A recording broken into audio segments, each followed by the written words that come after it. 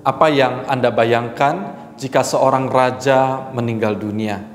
Tentu saja ada banyak orang yang menghadiri pemakaman tersebut, dan pemakaman tersebut akan dibuat secara megah sebagai bentuk tanda penghormatan orang-orang kepada raja tersebut. Tetapi bagaimana dengan Tuhan kita Yesus Kristus? Dia adalah seorang raja. Apakah dia juga dimakamkan layaknya seorang raja? Nah, pada saat ini kita akan merenungkan dari Injil Yohanes 19 ayat 38 sampai 42 tentang pemakaman Sang Mesias. Saya akan membacakan bagi kita semua. Sesudah itu Yusuf dari Arimatea, ia murid Yesus, tetapi sembunyi-sembunyi karena takut kepada orang-orang Yahudi, meminta kepada Pilatus supaya ia diperbolehkan menurunkan mayat Yesus. Dan Pilatus meluluskan permintaannya itu, lalu datanglah ia dan menurunkan mayat itu. Juga Nikodemus datang ke situ, dialah yang mula-mula datang waktu malam kepada Yesus. Ia membawa campuran minyak mur dengan minyak gaharu, kira-kira 50 kati beratnya. Mereka mengambil mayat Yesus, mengapaninya dengan kain lenan dan membubuhinya dengan rempah-rempah menurut adat orang Yahudi bila menguburkan mayat. Dekat tempat di mana Yesus disalibkan ada suatu taman, dan di dalam taman itu ada suatu kubur baru yang di dalamnya belum pernah dimakamkan seseorang. Karena hari itu hari persiapan orang Yahudi, sedang kubur itu tidak jauh letaknya, maka mereka meletakkan mayat Yesus ke situ. Saudara-saudara, jika kita membaca bagian ini, kita menemukan dua orang tokoh yang mungkin namanya yang jarang kita dengar. Nah, yang pertama adalah Yusuf dari Arimatea. Dia adalah seorang yang kaya, dia adalah seorang majelis besar agama Yahudi. Dia diam-diam menjadi murid Yesus karena dia takut kepada orang-orang Yahudi. Namun, ia tidak setuju dengan keputusan majelis yang menghukum mati Yesus. Ia adalah seorang yang menanti-nantikan kerajaan Allah. Namun ia memberanikan diri dan meresikokan dirinya untuk meminta mayat Yesus. Lalu bukan hanya itu, ia memberikan makam keluarganya untuk Yesus. Ini adalah satu bentuk pernyataan iman dari Yusuf Arimatea kepada Yesus. Ini patut menjadi teladan bagi setiap kita orang percaya, agar kita berani menyatakan iman kita di tengah dunia. Kemudian ada seseorang yang bernama Nikodemus. Namanya hanya tercatat di dalam Injil Yohanes. Ia pernah datang pada waktu malam untuk bertemu dengan Yesus. Nah, uniknya Nikodemus adalah seorang Farisi dan pemimpin agama Yahudi. Tentu kita tahu bahwa ada banyak orang Farisi yang membenci Yesus. Akan tetapi Nikodemus diam-diam di malam hari ia datang kepada Yesus. Ia percaya bahwa Yesus adalah utusan dari Allah. Dan Yesus berkata bahwa Nikodemus harus dilahirkan kembali oleh Roh. Ketika Yesus akan dikuburkan, maka Nikodemus juga datang membawa rempah-rempah yang nilainya sangat mahal, yang biasanya diberikan kepada orang terhormat ataupun kepada seorang raja.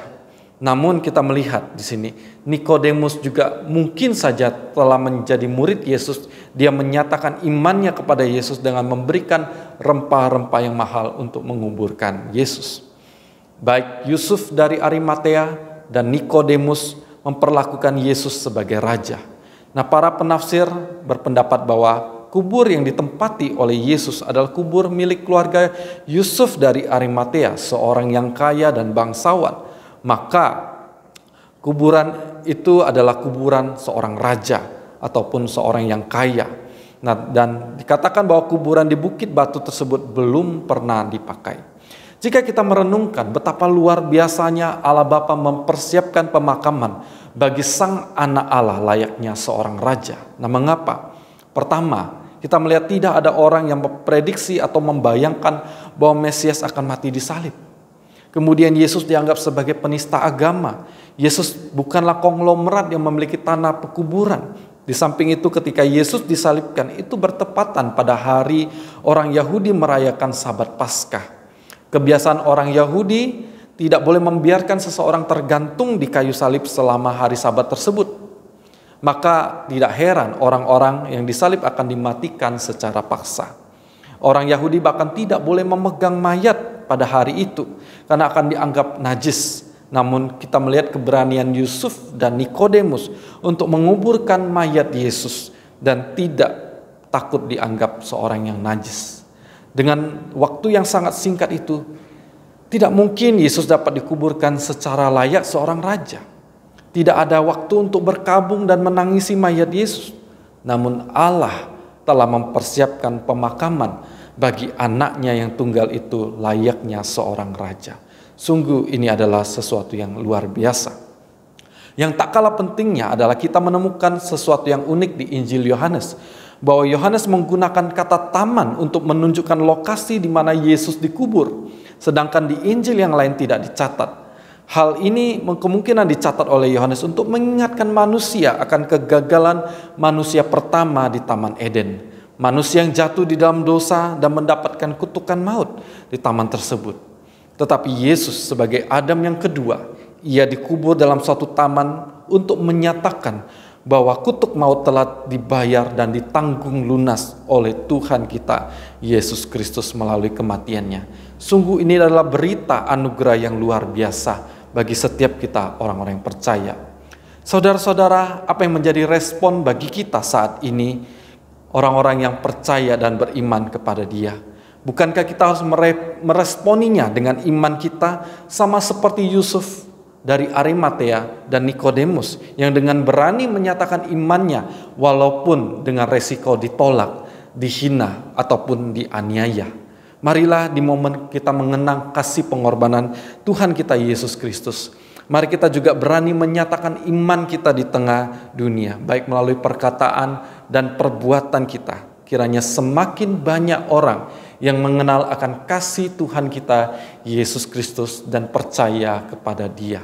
Dan kiranya nama Tuhan boleh dipermuliakan. Soli Deo Gloria. Syukur buat salib